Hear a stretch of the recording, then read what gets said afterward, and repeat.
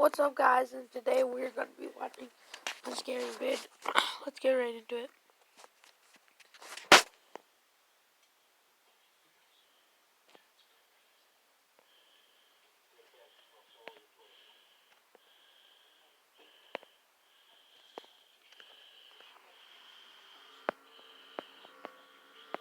It was the spring of 2017.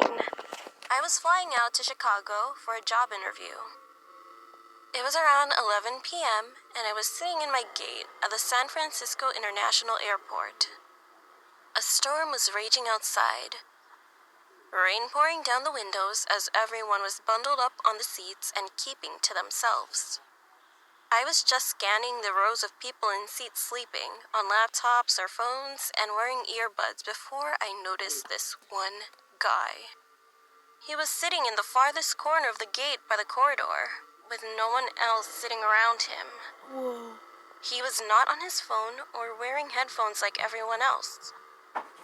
He has this huge, crooked grin plastered on his face, and he's staring directly at me. Okay, He looked pretty average in terms of looks and what he was wearing. But that grin was so creepy, it was beginning to make me shit bricks. Naturally, him. But the fact that he was staring at me made me continuously turn to eye him back without realizing. Eventually, they called our gate and I boarded the plane. I took my seat in the business class right by the window and went on my phone, checking Instagram and texting friends. I did not see the creepy man boarding. An hour later, we were up in the sky. Sometime through the flight, I got up to use the bathroom, and as I was finishing up in there, someone knocked on the door. I called out, "Occupied," but the person continued knocking repeatedly and aggressively. As I was washing my hands, I ignored it, hoping it would go away, but it didn't. So I opened the door to make some ballsy remark, but froze when I saw who was in front of me. It was that guy from the airport, still with that creepy grin plastered on his face. Oh, God. Quickly, I pushed past him and walked to my seat, not glancing behind me. The rest of my flight went That was so creepy.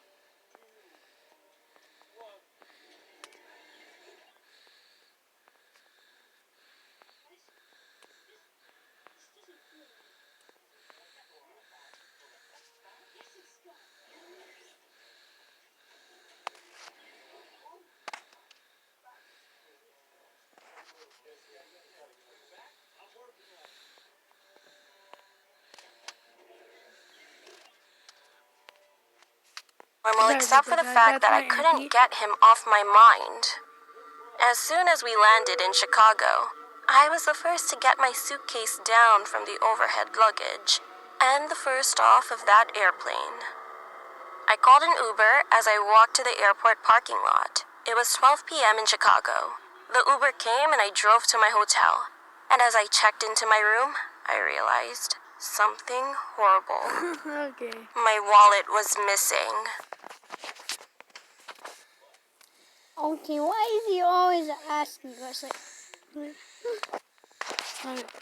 I don't know where I could have left it. So I called the airport and asked them to search the plane. They did so and got back to me a few hours later saying they found nothing. I drove back to the airport and spent the whole rest of the day searching and turning up nothing. My only theories were I had somehow left it at San Francisco or it had been stolen. I was able to recover and spent 3 more days walletless in Chicago. But you know what? Here's the scary part. When I got back to San Francisco and drove to my house, I discovered something disturbing. My door was unlocked, and my entire house was trashed. Everything had been broken, and anything worth a slight amount of value had been taken. I checked my security footage and was able to identify the intruder as the grinning man from the airport who, sure enough, had my wallet and therefore my keys. I called the police who found his fingerprints all over my house. The only scary thing was that the prints did not match anyone on record.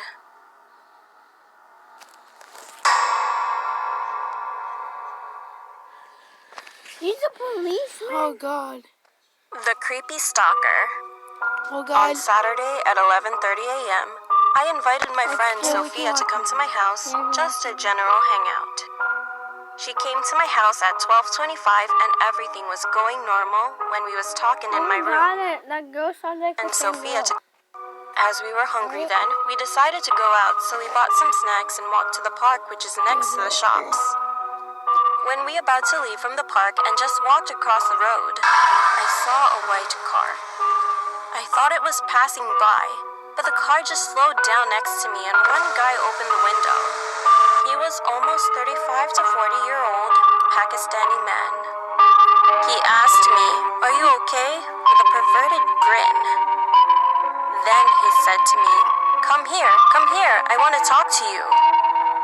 And I said no, while looking at the back seat of the car to see if he has anyone with him that will harm us. But luckily, he didn't.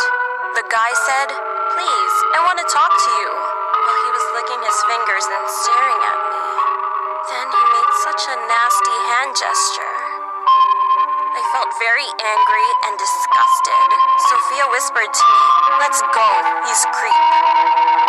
As me and my friend walked away from the car and went to a different path, which is next to the shops, he followed us and parked next to me again. Then saying, "Why won't you speak to me? Come on, speak to me. Come here, please." Out of anger, I yelled and said, "Leave me alone, you weirdo." Then we saw him with a very evil and perverted smile. I grabbed Sophia's arm and ran inside the shop and hiding. I was calling my other friend Jahim and told him briefly what's going on. He kept saying, "Call the police," but I thought it would be alright. Few more minutes later, we left the shop and walked on the same path as that was the quickest way to go to my home. We thought everything was okay until she turned around and screamed, "He's following us!" There was the same white car. So scared. My legs were shaking as we ran, and while I was running, I told Jahim on the phone, "He's following us," and then said, "Go to the spider park." It was a small park that no car can park as there was houses around and which was right next to my house. I shouted, "Sophia, hide!"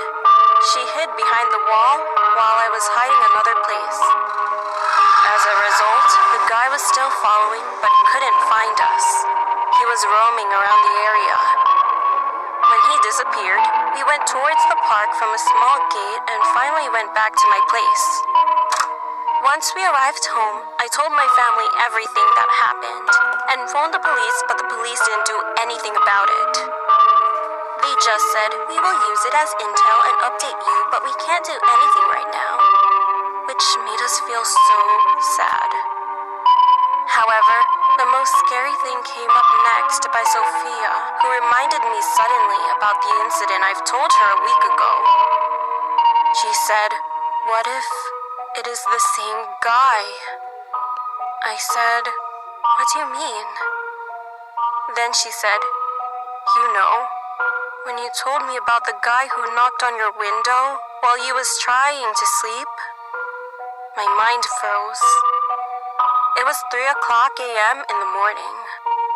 Luckily, I had curtains so he wouldn't see me, but I never forget the moment looking at the end of the curtain where the window was showing clearly and seeing a guy arm knocking on my window. I remember rubbing my eyes to make sure that I wasn't imaging some demons, but no matter how much I rubbed my eyes, the figure of the mysterious guy arm was still there. From that day on, I just stayed in my room feeling very scared for about 2 weeks. What if he was the same guy knocking on my window?